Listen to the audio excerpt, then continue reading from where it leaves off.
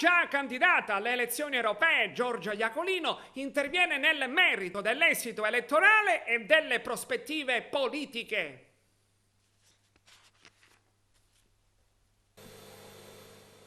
La consigliere comunale di Agrigento, presidente della Commissione Sanità Giorgia Iacolino, interviene a seguito del voto per le europee, candidate nella lista di Forza Italia e in prospettiva adesso quasi 25.000 voti, un ottimo risultato.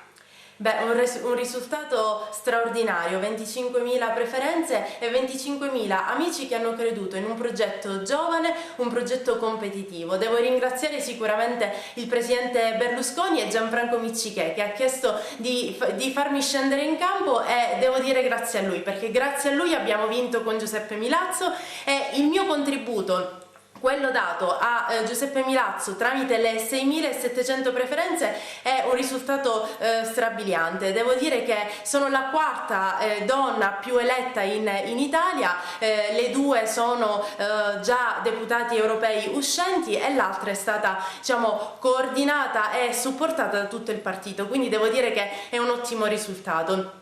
Adesso in prospettiva.